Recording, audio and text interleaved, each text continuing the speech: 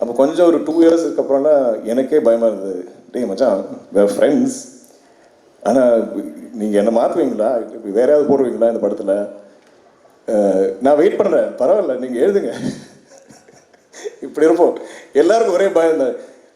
ஏன்னா இவ்வளோ நம்ம ஆசையாக கேட்டு பிடிச்சி இவ்வளோ இன்வெஸ்ட் பண்ணி, இவ்வளோ டைம் இன்வெஸ்ட் பண்ணி, இதுக்கப்புறம் ஏதாவது சேஞ்ச் வந்து நம்மக்கிட்ட இந்த படம் போயிடுமா, அந்த மாதிரி பயம்லாம் இருந்தது.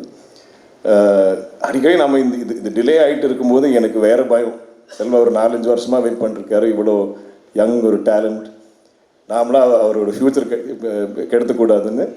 ஸோ அது சொல்லி நானும் ஒரு ஆளெலாம் சண்டை போட்டுக்குவோம். பட் ஐ திங்க் த கோல் இந்த படத்து மேலே எங்களுக்கு எல்லாம் அவ்வளோ ஆசை, அவ்வளோ நம்பிக்கை, இது அவ்வளோ ஸ்பெஷல். இந்த மாதிரி ஒரு சினிமா என் கரியரில் இந்த படத்தில் வந்திருக்கிற நிறைய பேரோட கரியரில் இது ஒரு ஒன்ஸ் இன் லைஃப் டைம் மாதிரி ஒரு cinema, once in life time மாதிரி ஒரு ஆப்பர்ச்சுனிட்டி. ஸோ அது எப்படி அந்த படத்துக்கு நம்ம எப்படி ஜஸ்டிஸ், எப்படி அந்த படம் டிசர்வ் பண்ணுற விதத்தில் எப்படி இந்த படம் எடுக்கிறது, இந்த கதை சொல்கிறது.